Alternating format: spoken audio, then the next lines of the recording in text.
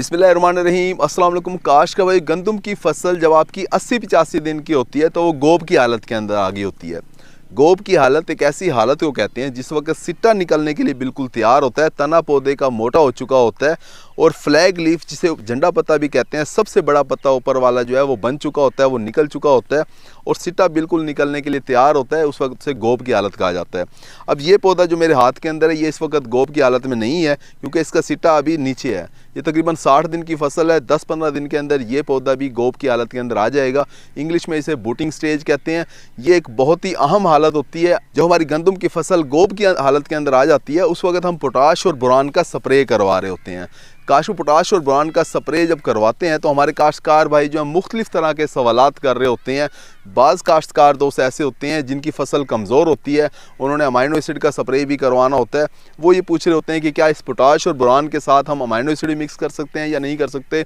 बाज़ जगह के ऊपर जो है वो रस्ट की बीमारी जिसे कुंगी की बीमारी भी कहते हैं वो आ जाती है और हमारे काश्तकार दोस्त ये पूछ रहे होते हैं कि क्या इसके साथ हम कोई फंजीसाइड भी मिक्स कर सकते हैं या नहीं कर सकते। इस तरह के बहुत से सवालात होते हैं।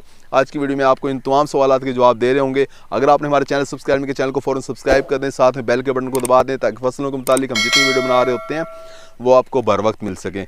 काश में अगर आप मिक्स करने की बात की जाए तो आप पोटाश और बोरान के साथ अमाइनो एसिड भी मिक्स कर सकते हैं। इसके अलावा अगर फंजीसाइड मिक्स करने की बात की जाए तो अगर आपके खेत के अंदर फंगस वाली बीमारी, अगर आपके खेत के अंदर रस्ट वाली बीमारी, कुंगी वाली बीमारी आ गई है तो आप फिर फंजीसाइड भी मिक्स कर सकते हैं। कोई भी फंजीसाइड मिक्स किया जा सकता है सिवाय कापर वाली फंजीसाइड के। कापर वाली फंजीसाइड जो मिक्स नहीं की जाती, इसके अलावा आप मिक्स कर सकते हैं। इसके अलावा हमारे काश्तकार दोस्त ये पूछ रहे होते हैं कि कौन सी पोटाश का स्प्रे किया जाए। देखिए मार्केट के अंदर आपको SOP के नाम से sulphate of potash, potassium sulphate आपको मिल रहे होते हैं। 25 किलोग्राम की बोरी होती है, इसका आप स्प्रे करवा सकते हैं 2 किलोग्राम फी एकड़ के हिसाब से। अगर आपको लिक्विड पोटाश का स्प्रे करना है तो लिक्विड पोटाश जो है जो माया हालत के अंदर है वो पोटाश भी आपको मार्केट के अंदर मिल रहे होते हैं। FMC कंपनी कैटलिस्ट के नाम से दे रही होती है, ये एक बहुत अच्छा पोटाश है, इसका भी स्प्रे करवाया जाता है और बहुत अच्छे रिजल्ट भी हमारे काश्तकार दोस्त ले रहे होते हैं। अगर आपका सवाल बोरान के बारे में है कि कौन सा बोरान इस्तेमाल किया जाए तो मार्केट के अंदर कोई भी पाउडर वाला बोरान आपको मिल रहा है वो आप स्प्रे के लिए इस्तेमाल कर सकते हैं। सोना बोरान तो आमतौर पे ज़मीन के अंदर डाला जाता है। इसके अलावा जितने भी बोरान है वो तकरीबन स्प्रे भी हो सकते हैं। सिंजेंटा कंपनी सोलियोबोर के नाम से दे रही होती है बोरान, वो आप इस्तेमाल कर सकते हैं। एंग्रो कंपनी जोरान के नाम से बोरान दे रही होती है, वो भी आप इस्तेमाल कर सकते हैं। इसके अलावा FMC कंपनी बोरोस्टार के नाम से दे रही होती है, वो बोरान भी आप इस्तेमाल कर सकते हैं। किसी भी कंपनी का बोरान इस्तेमाल कर लें।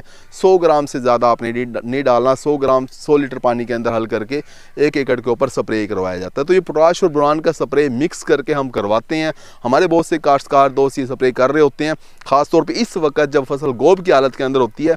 इस वक्त ये स्प्रे करवाने से बहुत अच्छा रिजल्ट मिल रहा होता है क्योंकि ये झंडा पत्ता, इसकी अहमियत बहुत ज़्यादा है। फ्लैग लीफ की अहमियत बहुत ज़्यादा है। इसके बाद जब सिट्टा बाहर निकलता है, सिट्टे के अंदर दानों की जो भराई हो रही होती है वो इस झंडा पत्ते के ज़रिए हो रही होती है। तकरीबन 50% जो किरदार है वो इस पत्ते का है, यानी दाने के अंदर जो वज़न आता है 50% वज़न इस झंडे पत्ते की वजह से आ रहा होता है।